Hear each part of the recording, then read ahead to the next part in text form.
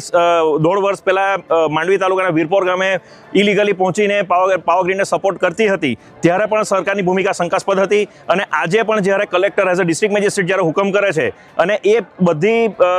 Formula સમજ્યા પછી power grid જ્યારે એને પેપર પર લખીને આપે છે અને પછી એ વળતરમાંથી ફરી જાય છે, એ બધી રમત ખેડૂતો સમજી ચૂક્યા છે અને ખેડૂતોને હવે ખ્યાલ આવી ગયો છે કે આમાં સરકારને પેટમાં દુખે છે કે ખેડૂતોને વળતર ઓછું મળવું જોઈએ, બાકી પાવર ગ્રીડ અને સ્ટરલાઇટ કે ડિસ્ટ્રિક્ટ મેજિસ્ટ્રેટમાં કોઈ વાંધો નથી. તો હવે ખેડૂતોએ ભેગા થઈને નક્કી કર્યું છે કે અત્યાર પછીનું આંદોલન જે છે એ હવે પાવર ગ્રીડ, સ્ટરલાઇટ કે ડિસ્ટ્રિક્ટ મેજિસ્ટ્રેટ સામે નહીં હોય, સરકાર સામે કરવું પડશે, એ અમે સમજી ચૂક્યા છે. ગુજરાત ખેડૂત સમાજના નેજા હેઠળ